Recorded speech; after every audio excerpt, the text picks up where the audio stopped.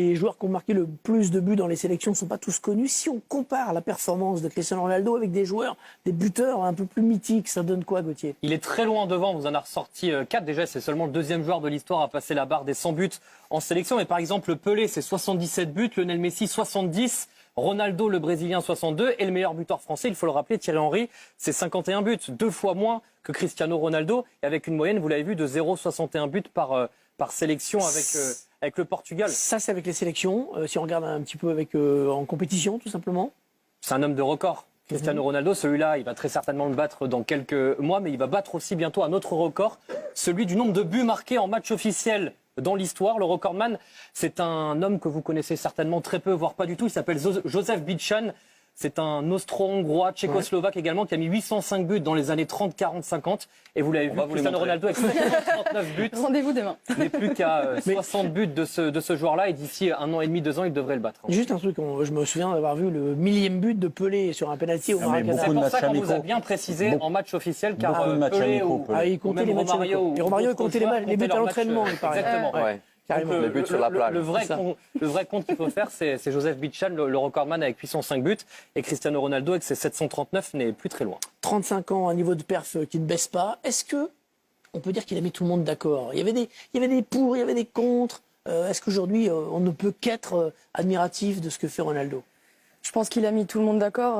On a déjà vu sportivement. Je pense qu'il a réussi dans tous les championnats dans lesquels il est passé. Il réussit en sélection, donc ça aussi c'est très fort. Je trouve qu'il a eu l'intelligence aussi de prendre soin de son corps, et encore plus dans ces dernières années en vieillissant.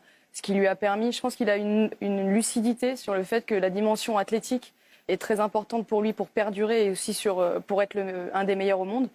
Et puis je pense qu'il y a ce côté de l'image aussi. Moi j'ai trouvé que quand il avait commencé, il y avait un aspect négatif sur son image où c'était un peu le méchant Ronaldo et le gentil Messi, avec Ronaldo qui est hautain, qui est pas du tout collectif. Et je trouve qu'aujourd'hui il a mis tout le monde d'accord aussi dans ce côté-là sur son image.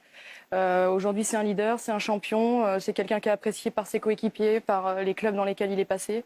Et bon, après, j'ai pas envie de parler spécialement de sa communication sur les réseaux sociaux, mais je trouve qu'il a une très bonne communication aussi. Sur le côté longévité, je me tourne vers vous, Mika, qui avait eu une grande longévité également. Est-ce qu'effectivement, il n'a pas eu l'un des secrets n'a pas été qu'il ait eu l'intelligence de faire évoluer son jeu? Certainement, mais pour moi, c'est à entendre aussi tous ses coéquipiers. Et ce qu'il fait, pour moi, c'est extraordinaire. C'est l'intensité, la qualité, la régularité qu'il met dans l'entraînement. Et ils sont tous unanimes.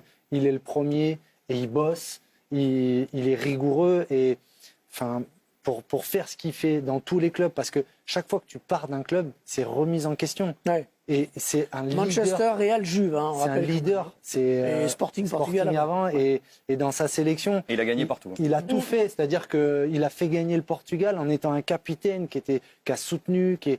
Pour moi, c'est incroyable. Alors oui, la rivalité avec Messi faisait qu'on était soit Messi, soit Ronaldo. C'est comme les Rolling Stones et les Beatles. Mais non, en fait, pour moi, aujourd'hui, en tout cas, ce qu'il fait et ce qu'il a démontré, pour moi, il passe devant Messi. Ça ne veut pas dire qu'on n'a pas le droit d'aimer Messi, mais pour moi, c'est un top player qui se partout dans tous ces clubs. En fait, il a forcé le respect. En fait, il a forcé le respect du plus grand nombre par son attitude, par l'intelligence qu'il a eue dans la manière dont il a mené sa carrière, et puis par sa force de travail. C'est un phénomène.